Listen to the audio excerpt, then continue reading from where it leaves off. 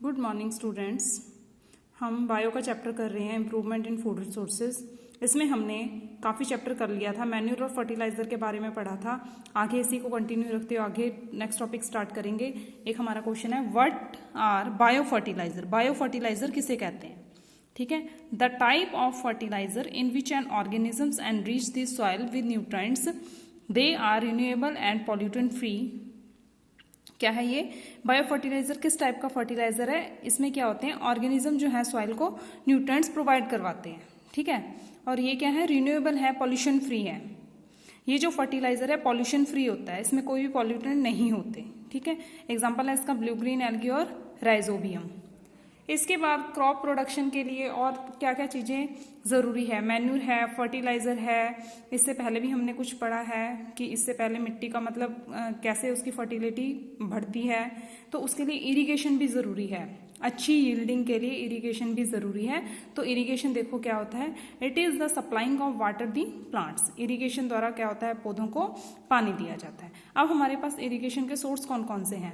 पोन्ड्स, lake, tubewell. ठीक है, modern techniques of irrigation. Modern technique क्या है इरिगेशन की? सिंचाई करने की मॉडर्न टेक्निक्स क्या है? Sprinkle systems and drip irrigations for better supply of water. हमारे पास जो मॉडर्न टेक्निक है वो दो टाइप्स की है, स्प्रिंकल सिस्टम और ड्रिप सिस्टम के द्वारा इरिगेशन की जा सकती है। अब देखो क्या है स्प्रिंकल सिस्टम क्या होता है।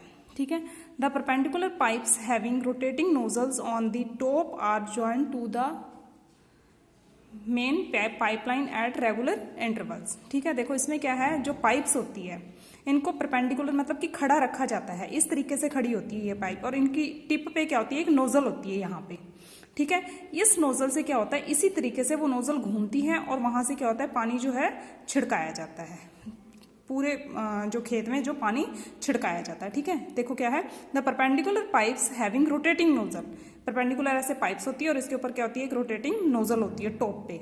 और ये जो पाइप होती है परपेंडिकुलर पाइप्स, इसको किसके साथ ज्वाइन किया जाता है? मेन पाइपलाइन के साथ। ठीक है, when water is allowed to float through main pipeline under pressure, जब क्या है, जो मेन पाइपलाइन है उससे क्या किया जाता है, वाटर को फ्लो करवाया जाता है प्रेशर के साथ with the help of pump.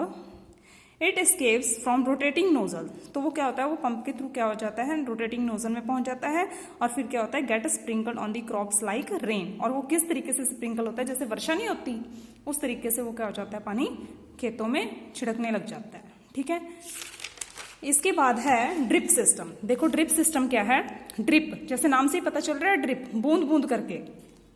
In this water falls drop by drop just as the position of the roots। इसमें क्या होता है कि जो पाइप है, पाइप के थ्रू जो प्लांट्स को वाटर मिल रहा है वो ड्रिप ड्रिप करके क्या होता है, बूंद बूंद करके पौधों की जड़ों में डायरेक्ट जाता है। ठीक है, और ये क्या है, बेस्ट टेक्निक है। It is the best technique as it helps in the following. Drip system जो है और ये स्प्रिंकल सिस्टम है, दोनों ही क्या है, ये बेस्ट है, लेकिन ड्रिप सिस्टम को ज्यादा बेस्ट माना गया है। Provides water directly to roots drop by drop. Drip system से क्या होता है, जो पानी है ये पौधों की जड़ों में डायरेक्टली जाता है और इससे क्या है, इट सेव्स वाटर। ड्रिप बूंद बूंद करके जाएगा तो इससे क्या होगा, वाटर की सेविंग होगी। ठीक है, अब इसका यूज क्या है, यूजेस क्या है, help in translocation of food. इससे फूड का ट्रांसलोकेशन होता है। Protect crops from frost and hot climate, और ये क्या करते हैं, पौधों को फ्रोस्ट और मतलब खराब होने से और हॉट क्लाइमेट से बचाते हैं। ठीक है, लेकिन इसका डिसएडवांटेज देखो क्या है, सीड्स कैन नॉट रेस्पायर। जो बीज होगा ये प्रॉपर तरीके से ब्रीथिंग नहीं कर पाएगा। ठीक है, डायरेक्टली उसमें जाएगा पानी, उस बीज के ऊपर पड़ेगा तो वो प्रॉपर तरीके से ब्रीथिंग नहीं कर पाएगा। Roots do not grow well, जो रूट्स होगा वो अच्छे से ग्रो नहीं होगी। ठीक है, उसके बाद है प्रोटेक्शन ऑफ क्रॉप्स। हम क्रॉप्स की रक्षा कैसे कर सकते हैं? देखो, the process of removing weeds is called weeding. Weeds क्या होते हैं, वीड्स होते हैं अनवांटेड प्लांट्स। जैसे हमने खेत में फसल बोई होती है, फसलों के बीच में क्या होता है, अनवांटेड प्लांट्स उग जाते हैं, तो उसे क्या कहा जाता है, वीड्स। और इसको रिमूव करना उसे कहा जाता है weeding. Weeds are unwanted plants that grow along with main crops, जैसे कि ग्रास, फसल के बीच में क्या होती है, ग्रास उग जाती है। अब इसके डिसएडवांटेज देखो क्या है, complete with main crop for nutrient space sunlight water. देखो अगर हमने फसल बो रखी है, कोई हमने पेड़ पौधे बो रखे हैं, तो उसके साथ अगर घास उग जाती है तो क्या है, घास को भी प्रॉपर न्यूट्राइंट्स चाहिए, जैसे हमारी फसलों को चाहिए, उसी तरीके से उसे सनलाइट भी चाहिए, उसी तरीके से उसको वाटर भी चाहिए। अब जितना हमें एक प्लांट को न्यूट्राइंट्स देना था उतना ही उससे मतलब वो ग्रास के साथ क्या कर लेगा, शेयर कर लेगा, उसको प्रॉपर न्यूट्राइंट्स नहीं मिल पाएगा। ठीक है।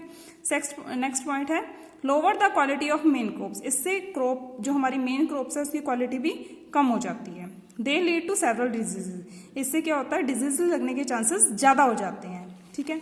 इसके बाद है मेथड्स ऑफ वीडिंग, मतलब कि वीडिंग को किस तरीके से रिमूव किया जाता है। एक तो है मैनुअल वीडिंग। मैनुअल वीडिंग मतलब रिमूविंग वीड्स बाय हैंड, मतलब कि उसमें जो घास वगैरह उग जाती है, फिर अनवांटेड प्लांट्स उग जाते हैं, उसको हाथ के द्वारा अलग करना। नेक्स्ट है वीडिसाइड्स। वीडिसाइड्स क्या, बाय यूजिंग केमिकल्स का यूज करके, जैसे डीडीटी का छिड़काव करके या फिर पेस्टिसाइड इंसेक्टिसाइड्स डाल के। ठीक है। इस तरीके से क्या है, अनवांटेड प्लांट्स को हटाया जा सकता है।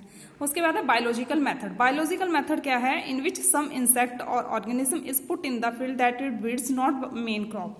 बायोलॉजिकल मेथड ये है कि कुछ ऑर्गेनिजम्स को क्या है, फसलों के बीच में छोड़ दिया जाता है ताकि वो क्या करते हैं, जो अनवांटेड प्लांट्स होते हैं उसको खा लेते हैं, जो मेन क्रॉप होती है उसको खाते नहीं हैं। जैसे कि रोडेंट्स को क्या है, ऑर्गेनिज्म मतलब कि खेतों में क्या होता है, डाल दिया जाता है ताकि वो ग्रास को खा ले, ही मेन क्रॉप्स को नहीं खाते।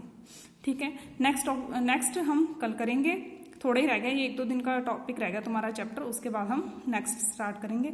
Okay, thank you students.